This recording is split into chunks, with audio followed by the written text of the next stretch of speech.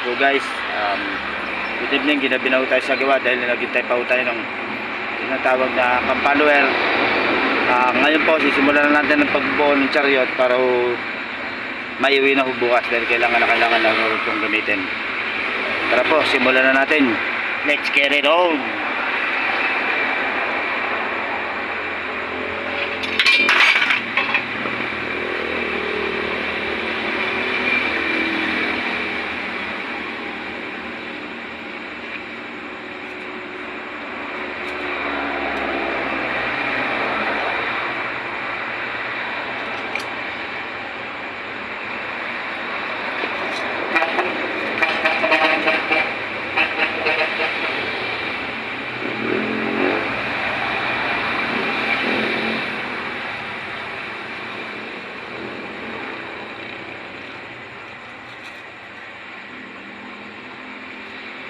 Kailangan dapat natin yung piston nito at natin ang sabi ng piston hindi naman lasang hindi sumakangasang nababali.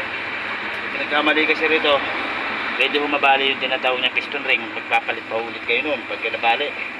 Kailangan lapatan natin ng mabuti.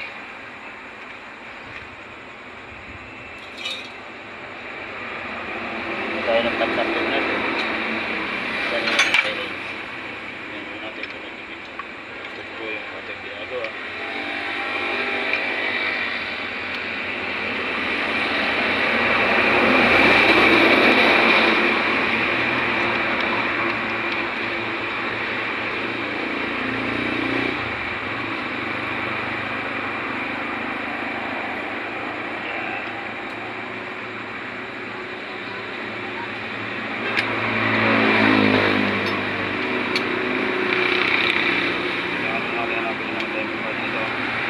Ramay tapat natin.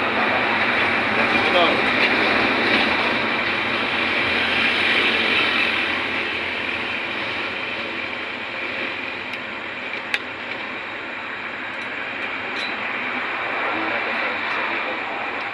Ay, yan lang.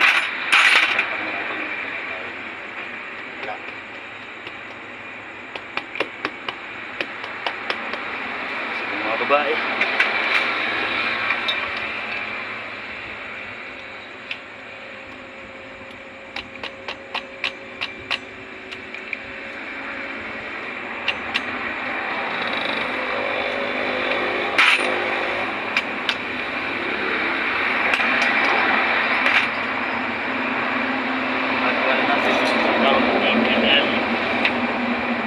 Takbo siya dito sa Pipa Black.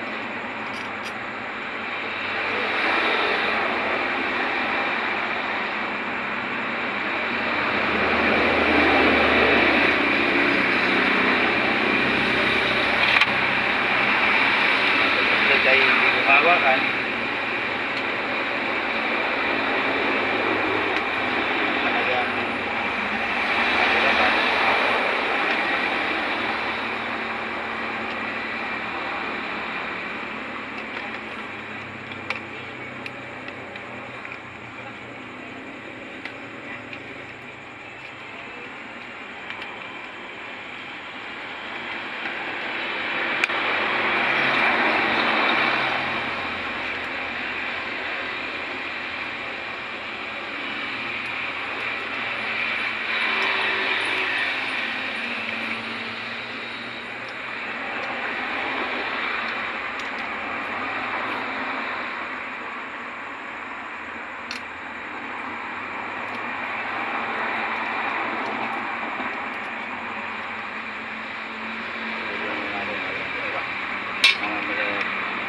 Yung kamay hindi naman tama na kayo.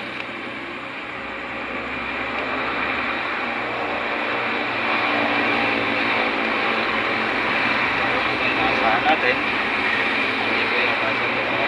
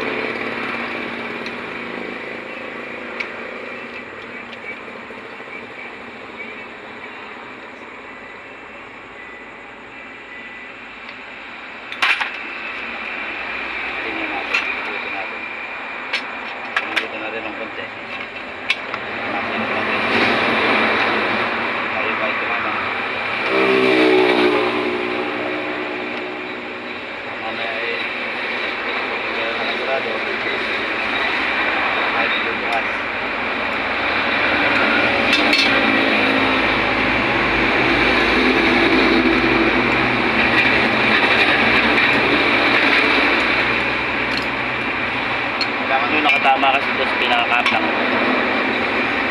Ang ating gagawin natin ay follower.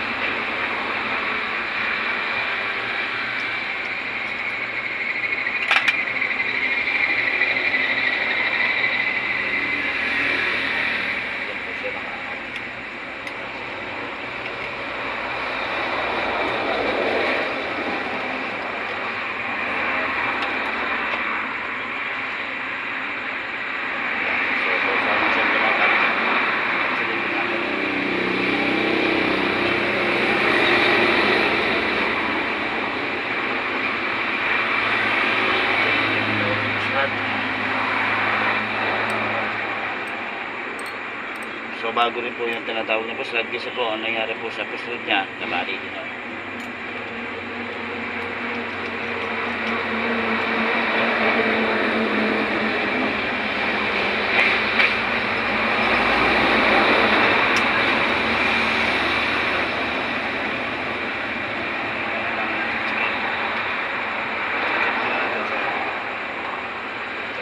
Guys, tama ngayong ginawa natin.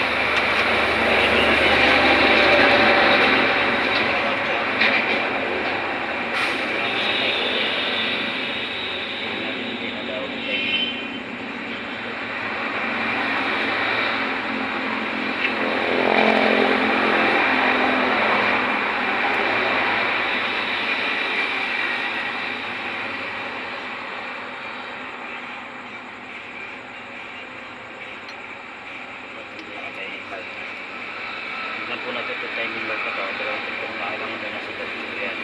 So babagubaw natin yan.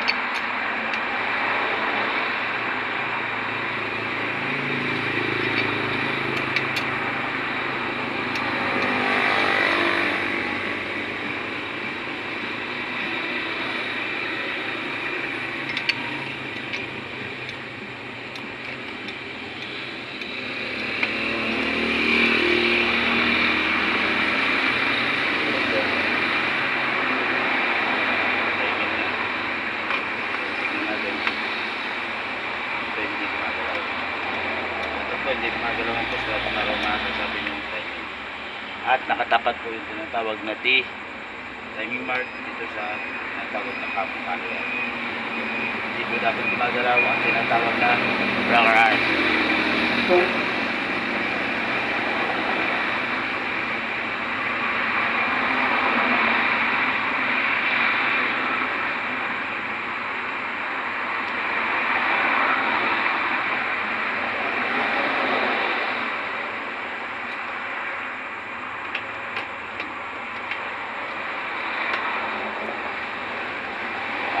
Dilinisin natin yung tinatawag na wiring.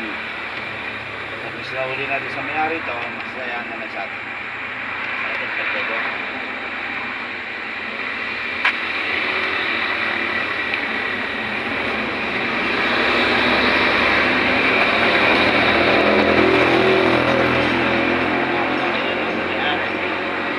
Pagkitayin natin ang pagkagawa. Dahil tayo rin ang maanin nito. So, gasket. Ibig sabihin po, wala po siyang gasket sa ibabaw.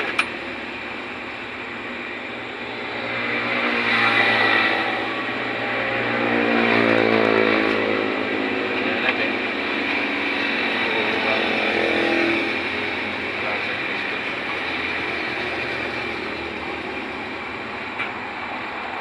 Ibig sabihin, naka-downhead.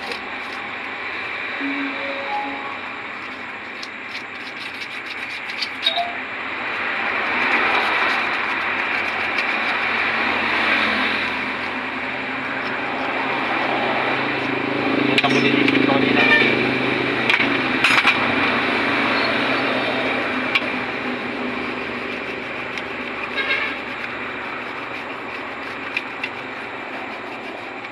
Para bukas, nangako ko na kukanin na lang sila bukas ng aga.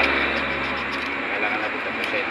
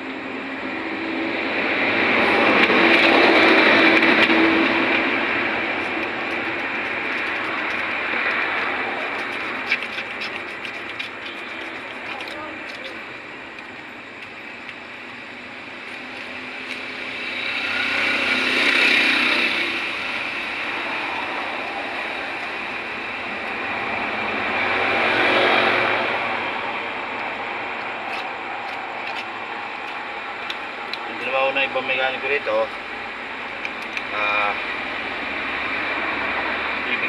ginawa po nila ang downhead. Wala po siyang gasket sa ibabaw. Naglagay lang po sila ng makapal na gasket maker na carbon. Mga 2 months pa lang daw ko overhauling na to, overhauling ginawa. Pero nakakapagda ka naman sa loob ng 2 buwan, ganito nangyari sa tinatawag na cam follower. Bakit yung ito? Kaya naperwisyo rin na mayari. Dapat ito, usapan na kayo ang sa ilong, hindi nakadabli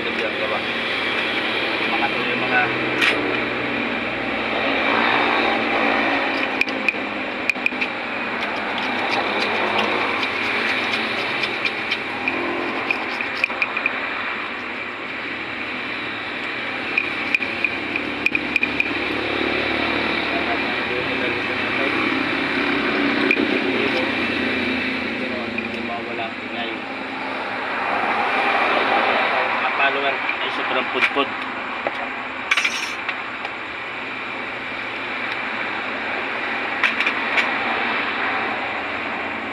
Mars! Gasket nga, yung bakal.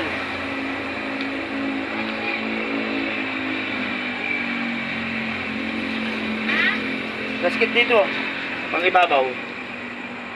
So kailangan po natin siya ng gasket. Kaya ako nagkakaroon siya ng maraming carbon. Ano ba yung gasket niya to? Bakal. Bakal. Anong At gasket? CG. 150, 125 minsan. Ang gasket na ba? Ah, isa na lang. Eh, nakauna ko lang gasket sa ilalim eh. Naghihintay ka kay madam. Finish muna. Oo.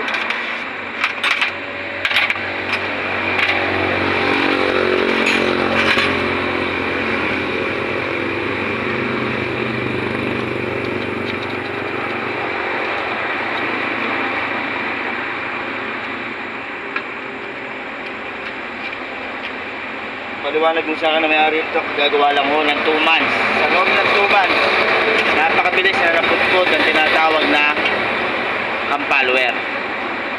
Ayan po, siya po yung naging dahilan kung bakit tumingi ang motor at lumubog yung tinatawag na rocker arm. Kaya nabali ang isa dahil yung sobrang lubog na ho nito at napakaingay. Sobrang ingay. So, hindi na ho siya napandar dahil nakalubog na po yung isang push rod at nabali ang isa. Kaya hindi na siya umandar. Huminto na lang siya kusa.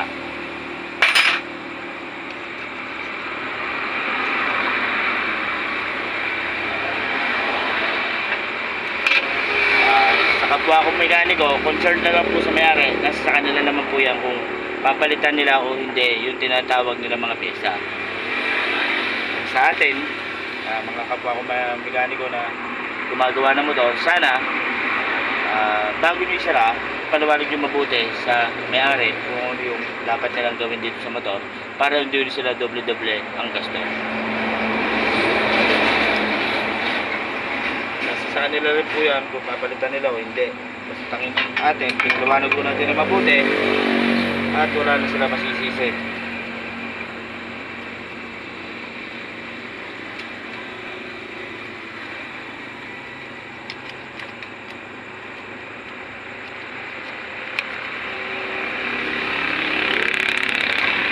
Tulad yan, bumigay. Abala. Abala yung may-ari.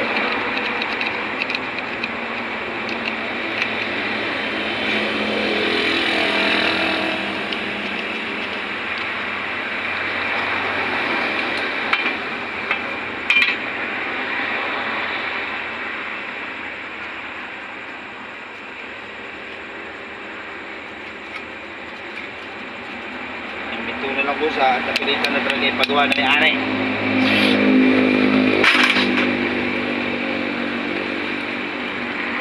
Ito yung sa ibabaw eh. Asan yung bakal? Ay, bakal.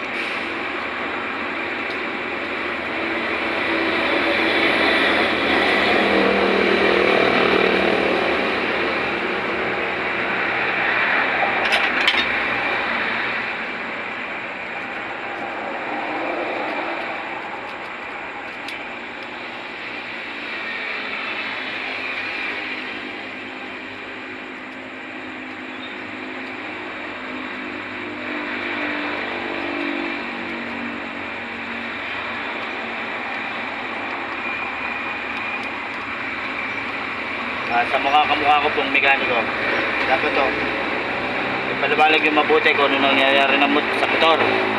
Pangalawa, sa may-ari naman ho, huwag nyo masyadong tipirin ng motor dahil kayo rin po magpiperwisyo. Lalo't unang-una, ginagamit yung po ito sa paghahanap buhay.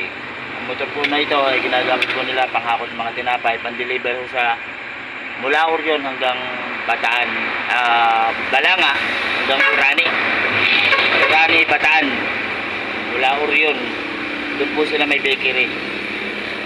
Kaya po na-perwish yung ano po nila dahil tinipid po nila yung motor, kaya nagdoble-doble sila ng gastos. Galing na po ito sa Orion na pinagawa po nila doon, kaso lang parang hindi po nila inayos na mabuti. Baka hindi po natin masasabi kung walang pera yung mayari o tinitipid nila yung pyesa ng motor. So, sa mga customer ko po, ipapaliwanag ko po mabuti kung ako yung gumawa nito. Kasi po, sa loob ng 2 buwan, napakabilis na nasira ang tinatawag na cam follower. Dapat po sana pinakita sa inyo ng mekaniko ng unang gumawa ito para ho sa ganun, alam ko naman na kaya nyo i-provide to. Kaya yan ang nangyari, sir. Madam, nasira ang tinatawag na mod na cam follower dahil sa sobrang lalim. Kaya nalaglag yung tinatawag na push rod. Ito po yung push rod, yung parang stick, chopsticks po siya style. Yan po yung nalaglag kanina hapon, kaya hindi siya umandar dahil sobrang lalim na po ng tinatawag na cam follower.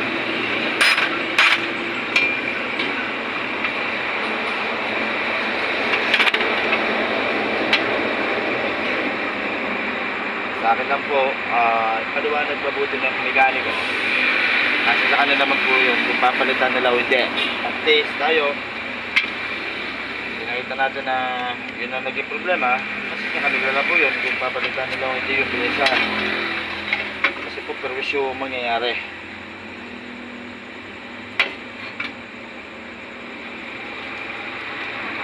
Kaya kahapon, nakita ko sila kahapon na tinutulak nila ang motor dahil hindi na nila nakapatan.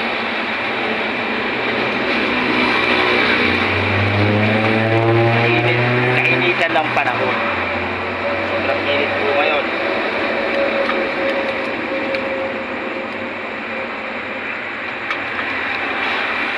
Kaya nakita ko sila, tagaktak sila ng pawis. Wala alaule hanggang dito po sa papunta ng Pista Mall.